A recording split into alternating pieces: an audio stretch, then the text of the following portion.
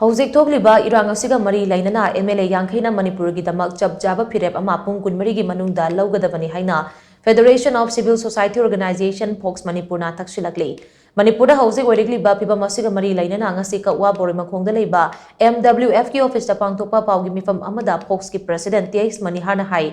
ꯀꯨꯀꯤ ꯈꯨꯠꯂꯥꯏ ꯄꯥꯏꯕꯁꯤꯡꯅ ꯐꯥꯖꯤꯟꯈꯤꯕ ꯅꯨꯄꯤ ꯑꯃꯁꯨꯡ ꯑꯉꯥꯡ 6ꯀꯤ ꯃꯅꯨꯡꯗ ꯉꯔꯥꯡ ꯅꯨꯄꯤ ꯑꯃ ꯑꯃꯁꯨꯡ ꯑꯉꯥꯡ 2ꯒꯤ ꯊꯋꯥꯏ ꯌꯥꯎꯗ꯭ꯔꯕ ꯍꯛꯆꯥꯡ ꯑꯣꯏꯅ ꯐꯪꯈꯤꯕ ꯑꯗꯨ ꯑꯀꯟꯕ ꯃꯑꯣꯡꯗ ꯀꯟꯗꯦꯝ ꯇꯧꯏ ꯍꯧꯖꯤꯛ ꯀꯨꯀꯤ ꯈꯨꯠꯂꯥꯏ ꯄꯥꯏꯕꯁꯤꯡꯒꯤ ꯃꯈꯨꯠꯇ ꯂꯩꯍꯧꯔꯤꯕ ꯃꯧ ꯅꯍꯥ ꯑꯅꯤ ꯑꯗꯨꯒꯤ ꯈꯟꯕꯗ ꯋꯥꯗꯕ ꯉꯝꯗꯦ ꯃꯅꯤꯄꯨꯔꯒꯤ ꯑꯄꯨꯟꯕ ꯁꯛꯇꯝꯗ ꯁꯤꯡꯅꯗꯨꯅ ꯆꯠꯊꯔꯛꯂꯤꯕ ꯂꯥꯟ ꯑꯁꯤꯗ ꯃꯔꯨꯑꯣꯏꯕ ꯊꯧꯗꯥꯡ ꯂꯧꯔꯤꯕ ꯆꯤꯟ ꯀꯨꯀꯤ ꯖꯣꯒꯤ MLA ꯀꯨꯀꯤꯒꯤ ꯂꯥꯜꯍꯧꯂꯨꯞꯁꯤꯡ ꯑꯃꯗꯤ ITLF ꯑꯃꯁꯨꯡ ꯀꯣꯇꯨꯅꯆꯤꯡꯕ ꯀꯨꯀꯤꯒꯤ CSO ꯄꯨꯝꯅꯃꯛ ꯁꯦꯟꯇꯔ ꯑꯃꯗꯤ ꯁ꯭ꯇꯦꯠ ꯒꯚꯔꯟꯃꯦꯟꯠꯅ ꯇꯦꯔꯣꯔꯤꯁꯠ ꯑꯣꯏꯅ ꯂꯥꯎꯊꯣꯛꯀꯗꯕꯅꯤ ꯊꯣꯛꯂꯤꯕ ꯏꯔꯥꯡ ꯑꯁꯤꯒ ꯃꯔꯤ ꯂꯩꯅꯅ ꯂꯩꯍꯧꯔꯤꯕ MLA ꯌꯥꯡꯈꯩꯅ ꯃꯅꯤꯄꯨꯔꯒꯤꯗꯃꯛ ꯆꯞ ꯆꯥꯕ ꯐꯤꯔꯦꯞ ꯑꯃ ꯄꯨꯡ 23ꯒꯤ ꯃꯅꯨꯡꯗ ꯂꯧꯔꯒ ꯃꯤꯌꯥꯝꯗ ꯂꯥꯎꯊꯣꯛꯀꯗꯕꯅꯤ ꯃꯗꯨ ꯉꯝꯗ꯭ꯔꯒꯅ ꯑꯦꯁꯦꯝꯕ꯭ꯂꯤ ꯀꯣꯟꯁꯇꯤꯇꯨꯑꯦꯟꯁꯤꯁꯤꯡꯒꯤ ꯃꯤꯌꯥꯝꯅ ꯈꯣꯡꯖꯪ ꯆꯪꯁꯤꯜꯂꯛꯀꯅꯤ ꯃꯅꯤꯄꯨꯔꯒꯤ ꯑꯄꯨꯟꯕ ꯁꯛꯇꯝꯗ ꯁꯤꯡꯅꯔꯛꯂꯤꯕ ꯑꯃꯗꯤ ꯃꯤꯆꯝ ꯃꯤꯌꯥꯝꯒꯤ ꯄꯨꯟꯁꯤ ꯇꯦꯝꯁꯤꯡꯅꯔꯛꯂꯤꯕ ꯏꯂꯤꯒꯦꯜ ꯆꯤꯟ ꯀꯨꯀꯤ ꯖꯣꯁꯤꯡ ꯃꯅꯤꯄꯨꯔꯗꯒꯤ ꯗꯤꯄꯣꯔꯠ ꯇꯧꯒꯗꯕꯅꯤ ꯂꯣꯏꯅꯅ ꯁ꯭ꯇꯦꯠ ꯑꯁꯤꯗ NRC ꯑꯊꯨꯕꯗ ꯆꯠꯅꯍꯟꯒꯗꯕꯅꯤ ꯍꯧꯖꯤꯛ ꯄꯣꯂꯤꯇꯤꯀꯦꯜ ꯄꯥꯔꯇꯤ ꯈꯔꯅ ꯏꯔꯥꯡ ꯑꯁꯤ ꯊꯧꯑꯣꯏꯗꯕ ꯃꯑꯣꯡꯗ ꯆꯠꯊꯔꯤꯕ ꯃꯦꯝꯕꯔꯁꯤꯞ ꯑꯦꯟꯔꯣꯜꯃꯦꯟꯠ ꯗ꯭ꯔꯥꯏꯚ ꯑꯁꯤ ꯈꯨꯗꯛꯇ ꯂꯦꯞꯀꯗꯕꯅꯤ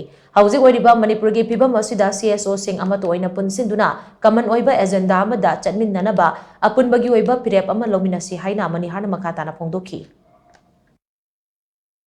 ngasi kuki thenanabagidamagta ngasi manipurda leiriba achobudagina apikpa CSO tongan tongan ba lekai gi kendra gi leiriba mayam singa se koi punsanaba honaji haiba wafam dama thamjage aduna ngasi dagi ai haiba wakalon je thadok narakanda aikoi gi haiba wafam sengsan narakanda ngasi apunba mi phama ma phamba kanda apunba agenda ma sema kanda kaman loiba wafam ma putho kanda aikoi masem thenadaba targadi koi manipur murkhiba kanda ngasi mapanda leiriba CSO ne na koi leba kanne aidana koi na miyam da lawriba singa se aikoi hana murkhiba ya haiba wafam je thamjage maramada koi masem atuba matam पुंजनबसे कोई सिंजरके ma'am खुदिम कोई invite तौजरके अथुम मतम दाल पिरकांदा कोई पुंजनलकांदा कमन लोइबे agenda अमदा कमन लोइबे वाफम अमदा single लकांदा कोई कसी इमा लेबाक मणिपुर से कन्नब होनबदा चौबा थौदान लौमिना जे वाफम जे थमजगे